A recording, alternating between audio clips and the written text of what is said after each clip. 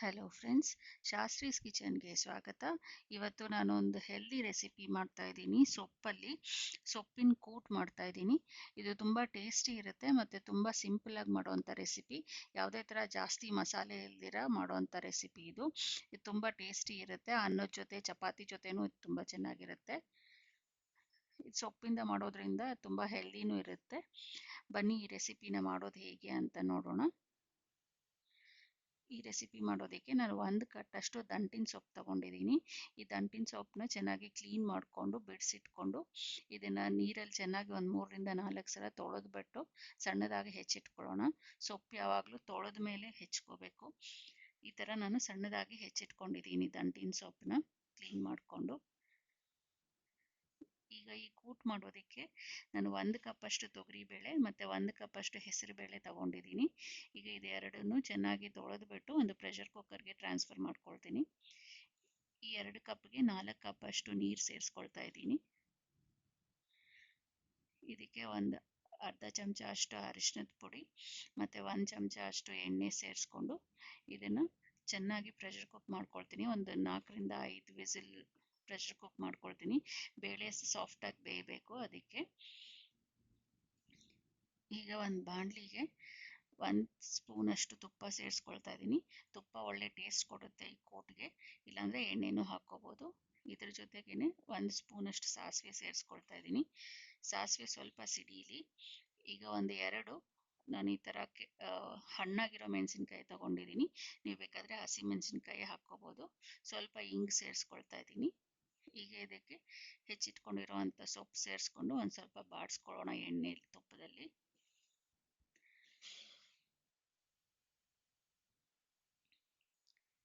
ಒಂದ್ಸಲ ಇದು ಸ್ವಲ್ಪ ತುಪ್ಪದಲ್ಲೇ ಬೆಂದರೆ ಟೇಸ್ಟ್ ಚೆನ್ನಾಗಿ ಬರುತ್ತೆ. ಈಗ ಇದಕ್ಕೆ ಒಂದು ಸ್ವಲ್ಪ ಅರಿಶಿನದ ಪುಡಿ ಸೇರಿಸ್ಕೊಂಡು ಒಂದ್ಸಲ ಚೆನ್ನಾಗೆಲ್ಲ ಮಿಕ್ಸ್ ಮಾಡಿಕೊಂಡು ಒಂದು 2ರಿಂದ 3 ನಿಮಿಷ ತುಪ್ಪದಲ್ಲಿ ಇದನ್ನು ಬಾಡಿಸ್ಕೊಳ್ಳೋಣ. ಈಗ ಇದಕ್ಕೆ ಒಂದು ಅರ್ಧ ಕಪ್ಪಷ್ಟು ನೀರು ಸೇರಿಸ್ಕೊಂಡು ಇದನ್ನು ಚೆನ್ನಾಗಿ ಸಾಫ್ಟಾಗಿ ಬೇಯಿಸ್ಕೊಳ್ಳೋಣ. ಸೊಪ್ಪು ಈ ನೀರಲ್ಲಿ ಚೆನ್ನಾಗಿ ಕುಕ್ ಆಗಲಿ. ಈ ಸೊಪ್ಪು ಕುಕ್ ಆಗೋ ಅಷ್ಟರಲ್ಲಿ ನಾವು ಇದಕ್ಕೊಂದು ಸಿಂಪಲಾಗಿ ಒಂದು ಮಸಾಲ ಮಾಡ್ಕೊಂಡ್ಬಿಡೋಣ. ಒಂದು ಚಿಕ್ಕ ಬಾಣಲಿಗೆ ನಾನು 1 ಸ್ಪೂನಷ್ಟು ಜೀರಿಗೆ ಹಾಕ್ತಾ ಇದ್ದೀನಿ ಮತ್ತು ಒಂದು 1/4 ಸ್ಪೂನಷ್ಟು ಮೆಂತ್ಯದ ಕಾಳು ಹಾಕ್ತಾ ಇದ್ದೀನಿ. ಇದೆರಡನ್ನೂ ಚೆನ್ನಾಗಿ ಹುರ್ಕೋಬೇಕು. ಸಣ್ಣ ಉರಿಲಿ ಗಮ್ಮಂತ ವಾಸನೆ ಬರೋ ತನಕ ಜೀರಿಗೆ ಮತ್ತು ಮೆಂತ್ಯ ಸ್ವಲ್ಪ ಸಿಡಿಬೇಕು. ಅಲ್ಲಿ ತನಕ ಇದನ್ನು ನಿಧಾನಕ್ಕೆ ಹುರ್ಕೋಬೇಕು.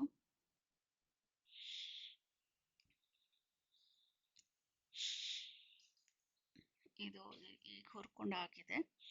ಈಗ ಇದನ್ನು ಒಂದು ಬೇರೆ ಪ್ಲೇಟಿಗೆ ತಗೊಂಡ್ಬಿಟ್ಟು ತಣ್ಣಗಾಗೋದಕ್ಕೆ ಬಿಡೋಣ.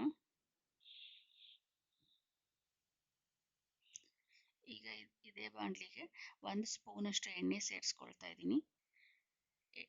ಇದಕ್ಕೆ 1 ಸ್ಪೂನಷ್ಟು ನಾನು ಕಾಳು ಮೆಣಸು ಸೇರಿಸ್ಕೊಳ್ತಾ ಇದ್ದೀನಿ. ಈ ಕೂಟಿಗೆ ಖಾರ ಬರೋದಕ್ಕೆ ಮೆಣಸಷ್ಟೇ ಉಪಯೋಗಿಸ್ತಾ ಇರೋದು.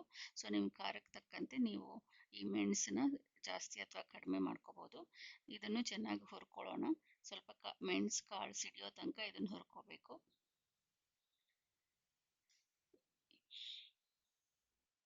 ಈಗ ಇದು ಹುರ್ಕೊಂಡಾಗಿದೆ. ಇದನ್ನು ಬೇರೆ ಒಂದು ಪ್ಲೇಟ್ಗೆ ತಗೊಂಡ್ಬಿಡೋಣ. ಸ್ವಲ್ಪ ತಣ್ಣಗಾದ್ಮೇಲೆ ಇದನ್ನು ಮಿಕ್ಸಿ ಜಾರ್ಗೆ ಟ್ರಾನ್ಸ್ಫರ್ ಮಾಡ್ಕೊಳ್ಳೋಣ. ಜೀರಿಗೆ, ಮೆಂತ್ಯ ಮತ್ತು ಕಾಳು ಮೆಣಸು ಇದನ್ನು ಸ್ವಲ್ಪ ಪುಡಿ ಮಾಡ್ಕೊಳ್ಳೋಣ. ಈ ಥರ ಪುಡಿ ಆಗಿದೆ. ಈಗ ಇದಕ್ಕೆ 1 ಕಪ್ಪಷ್ಟು ಕಾಯಿ ತುರಿ ಸೇರಿಸ್ಕೊಳ್ತಾ ಇದ್ದೀನಿ. ಕಾಯಿ ತುರಿ ಸ್ವಲ್ಪ ಜಾಸ್ತಿ ಹಾಕ್ಕೊಂಡ್ರೂ ಚೆನ್ನಾಗಿರುತ್ತೆ. ಸ್ವಲ್ಪ ನೀರು ಹಾಕಿ ಇದನ್ನು ನುಣ್ಣಗೆ ರುಬ್ಕೊಳ್ತೀನಿ. ಈ ಥರ ರುಬ್ಕೊಂಡಾಗಿದೆ. ಕಾಳುಮೆಣಸು, ಜೀರಿಗೆ, ಮೆಂತ್ಯ ಮತ್ತು ಕೊಬ್ಬರಿ.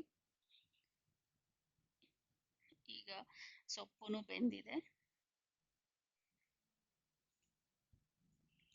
ಈಗ ಇದಕ್ಕೆ ರುಬ್ಬಿಟ್ಕೊಂಡಿರೋವಂಥ ಪೇಸ್ಟ್ ಹಾಕಿ ಒಂದ್ಸಲ ಚೆನ್ನಾಗಿ ಮಿಕ್ಸ್ ಮಾಡ್ಕೊಳ್ಳೋಣ.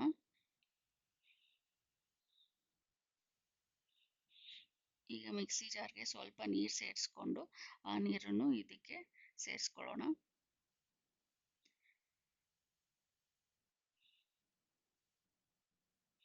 ಈಗ ಇದನ್ನು ಚೆನ್ನಾಗಿ ಮಿಕ್ಸ್ ಮಾಡಿಕೊಂಡು ಒಂದು 5 ನಿಮಿಷ ಇದನ್ನು ಕುದಿಸ್ಕೊಳ್ಳೋಣ, ಹಸಿ ವಾಸನೆ ಎಲ್ಲ ಹೋಗೋ ತನಕ.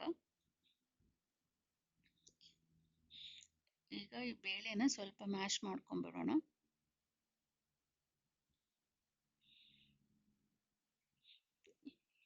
ನೀರು ಹಾಕ್ಕೊಂಡು ಈ ಥರ ಮ್ಯಾಶ್ ಮಾಡಿ ಇಟ್ಕೊಳ್ಳೋಣ ಬೇಳೆಗಳನ್ನ.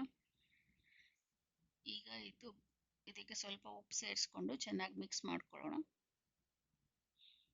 ಈಗ ಹಸಿ ವಾಸನೆ ಎಲ್ಲ ಹೋಗಿದೆ ಇದು ಮಸಾಲದು. ಈಗ ಇದಕ್ಕೆ ಬೇಯಿಸಿಟ್ಕೊಂಡಿರುವಂಥ ಬೇಳೆ ಸೇರಿಸ್ಕೊಂಡು ಚೆನ್ನಾಗಿ ಮಿಕ್ಸ್ ಮಾಡ್ಕೊಳ್ಳೋಣ. ಈಗ ಸ್ವಲ್ಪ ನೀರು ಹಾಕ್ಕೊಂಡು ಕನ್ಸಿಸ್ಟೆನ್ಸಿ ಅಡ್ಜಸ್ಟ್ ಮಾಡ್ಕೊಳ್ಳೋಣ. ಬೇಳೆ ನೀರೇ ಸ್ವಲ್ಪ ಹಾಕ್ಕೊಂಡು ಇದನ್ನು ಚೆನ್ನಾಗಿ ಮಿಕ್ಸ್ ಮಾಡ್ಕೊಳ್ಳೋಣ. ಕೂಟ್ ಸ್ವಲ್ಪ ಗಟ್ಟಿನೇ ಇರಬೇಕು, ತುಂಬ ನೀರಾಗಬಾರ್ದು. ಸೊ ಅದಕ್ಕೆ ನೀರು ನೋಡ್ಕೊಂಡು ಹಾಕ್ಕೋಬೇಕು. ಈಗ ಇದನ್ನು ಚೆನ್ನಾಗಿ ಮಿಕ್ಸ್ ಮಾಡಿಕೊಂಡು ಒಂದು 5 ನಿಮಿಷ ಇದನ್ನು ಕುದಿಸ್ಕೊಳ್ಳೋಣ. ಸೊಪ್ಪಿನ ಕೂಟು ರೆಡಿಯಾಗಿದೆ. ನೀವು ಈ ಥರ ಒಂದ್ಸಲ ಟ್ರೈ ಮಾಡಿ.